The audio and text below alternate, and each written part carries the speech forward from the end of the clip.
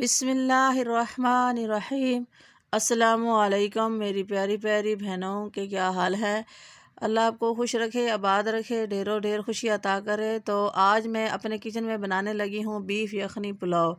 अगर आपको मेरी ये रेसिपी अच्छी लगे तो लाल सब्सक्राइब का बटन दबाएं और साथ में बेल का जो आइकॉन है प्रेस करने से आपको मेरी वीडियो सबसे पहले फ्री में देखने को मिलेगी। चलिए अब बनाना शुरू करते हैं। बिस्मिल्लाहिर्रहमानिर्रहीम। उसके लिए मैंने ये लिया है गोश्त, 1 किलो ये गोश्त है बीफ का। इस तरह छोटा छोटा मैंने करवा लिया है। हड्डी वाला गोश्त है क्योंकि इसके साथ बहुत ज़्यादा जूसी और मज़ेदार चावल पकते हैं। तो इसको धो के अच्छी तरह वाश कर लिया है। ये हड्डी वाला गोश्त है।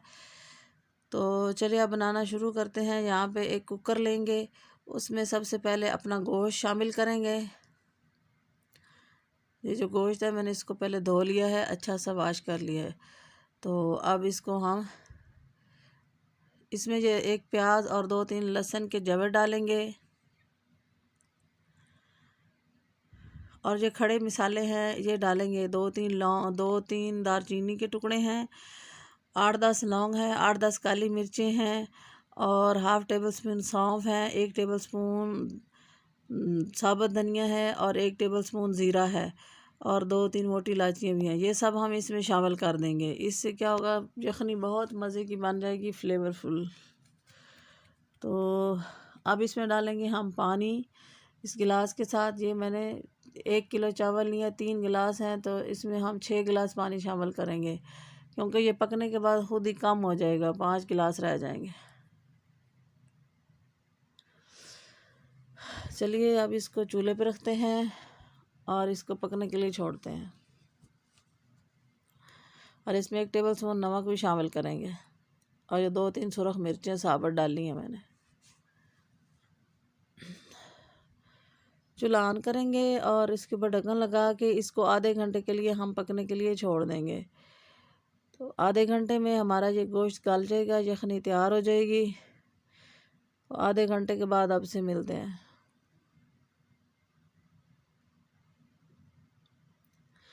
तो देखिए आधा घंटा हो गया है, मैंने गोश्त को उतार लिया। गोश्त मेरा गल चुका है। इस तरह मैंने उसको छान के अलग कर लिया, यखनी अलग कर ली है और गोश्त अलग कर लिया है। ये यखनी है, ये देखिए खुद ही काम हो गई है। तो और ये है गोश्त। आप बनाना शुरू करते हैं। पतीले में मैंने एक खाने पकाने वाला जो चम्मच होता है ना, वो 1 ऑयल का डाला है क्योंकि यखनी में भी काफ़ी घी है, चर्बी वाली बोटियाँ थी ना। तो ये है 2 प्याज। सबसे पहले हम इनको ब्राउन करेंगे।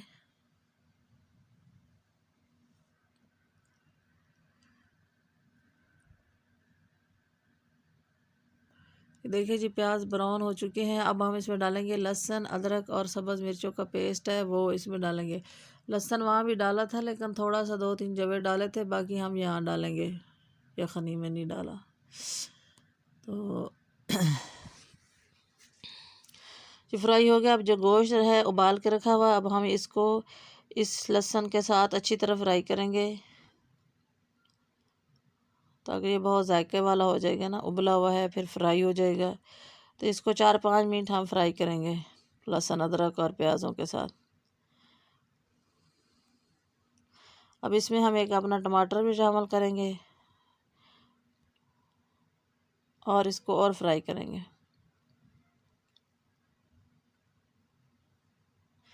अब हम इसमें बाकी मसाले नहीं डालेंगे क्योंकि हमने इसमें सारे मसाले यखनी में डाले थे, इसलिए अब हम इसमें डालेंगे सिर्फ़ 2-3 सब्ज़ इलायचियाँ, छोटी वाली, बड़ी वाली हमने यखनी में डाली थी। अब छोटी 2-3 इलायचियाँ डालेंगे और 2 टेबल स्पून नमक डालेंगे। 1 उधर डाला था, 2 यहाँ डाल देंगे।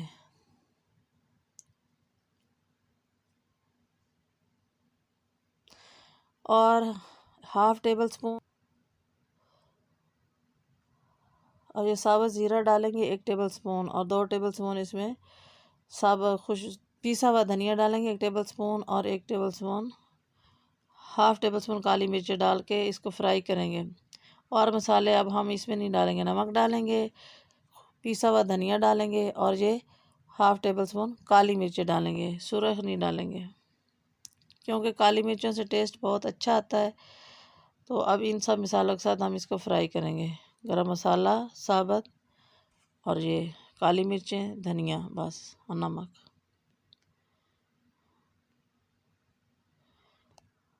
तो अब हम इसको बंद करके 3-4 मिनट पकाएंगे ताकि अच्छी तरह मसाले इसमें हो जाएं। चले जी, ये पक गया है।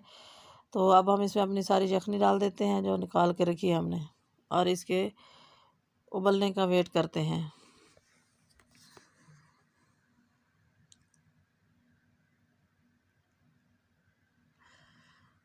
बस इसमें अभी जोश आ जाएगा क्योंकि यखनी भी गर्म है, पकी हुई है, कच्ची तो है नहीं कि ज़्यादा देर लगे।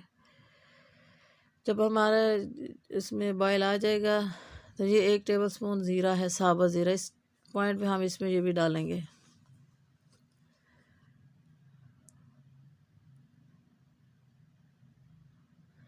अब हम इसमें अपने चावल डाल देंगे जो हमने धो के रखे हुए हैं आधा घंटा पहले।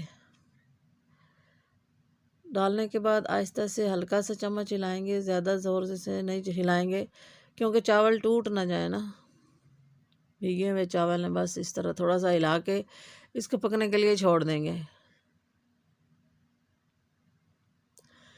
देखिए जी, ये पक गए हैं, पानी इनका खुश्क हो गया है। तो अब हम इनको दम लगाएंगे चावलों को। इस पॉइंट पे आग स्लो कर देंगे और इस तरह इसको दम लगाएंगे। ये 2-3 सब्ज़ मिर्ची ऊपर डालेंगे, इनकी बहुत प्यारी खुशबू आती है। अगर आपके पास सब्ज़ धनिया हो तो वो भी थोड़ा सा डाल दें, अभी फ़िलहाल मेरे पास नहीं है। तो अब हम इसके नीचे एक तवा रखेंगे और फ्लेम को थोड़ी देर ज़्यादा रखेंगे तवे को गर्म होने के लिए, फिर लो कर दें। और इस तरह एक रुमाल लेंगे और इसके साथ हम इसको अच्छी तरह ढक्कन लगा देंगे। 10 से 15 मिनट तक हम इसको दम लगाएंगे। 10 से 15 मिनट में ये चावल पक जाएंगे हमारे।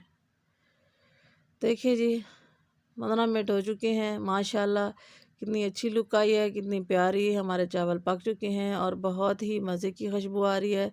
देखें, बहुत ज़्यादा अच्छे चावल पके हैं, बिल्कुल अलग अलग और लंबे लंबे। ये देखें, और खुशबू तो गज़ब की आ रही है, बहुत ही मज़े की, और लुक भी बहुत अच्छी आई है। तो चलिए अब हम इसको डिश आउट करते हैं। तो चलो जी, चावल हमारे पक गए हैं, डिश आउट हो गए हैं। देखिए कितने मज़े के पके हैं, बहुत अच्छी खुशबू आ रही है, बहुत ही मज़े के हैं। तो अगर आपको मेरी ये रेसिपी अच्छी लगी हो तो मेरे चैनल को लाइक कर दें, शेयर कर दें और मेरी वीडियो को सब्सक्राइब कर दें। ढेर सारी दुआओं के साथ अल्लाह हाफिज़, फिर नई वीडियो के साथ मिलेंगे।